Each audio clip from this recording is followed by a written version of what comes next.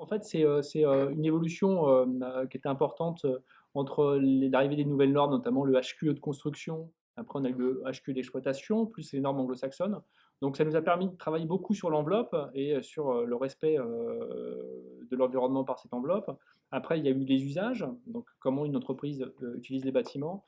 Mais c'est vrai que maintenant qu'on a fait ce travail, et on continue à le faire, bien entendu, que ce soit sur des immeubles neufs ou des immeubles à restructurer, ce qui explique, j'en parlais tout à l'heure, de l'obsolescence du parc qui s'accélère parce que les bons immeubles sont restructurés pour répondre aux dernières normes environnementales et ceux qui ne sont pas retravaillés datent de plus en plus, donc prennent beaucoup plus de retard là-dessus. Mais c'est vrai que le plus intéressant, c'est la prise de conscience de l'usage.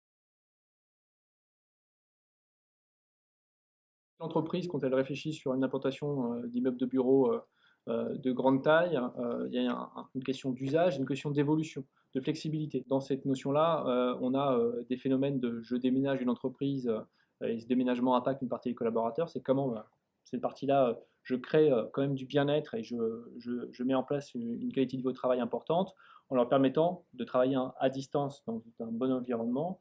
Donc oui, on est obligé de le prendre en compte. En tant que professionnel de l'immobilier d'entreprise et même résidentiel, et puis du développement urbain, on se devait de réfléchir à se dire bah, est-ce qu'il faut faire des immeubles de bureaux plus grands, est-ce qu'il faut densifier encore les postes de travail, et puis cette relation à l'espace.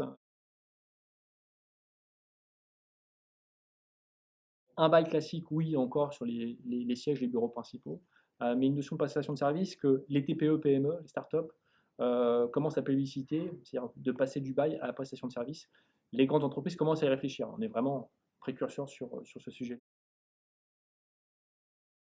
La définition d'un bon lieu de travail, c'est un lieu approprié par rapport à la mission ou à la tâche que je vais devoir effectuer, seul ou en équipe ou avec un client.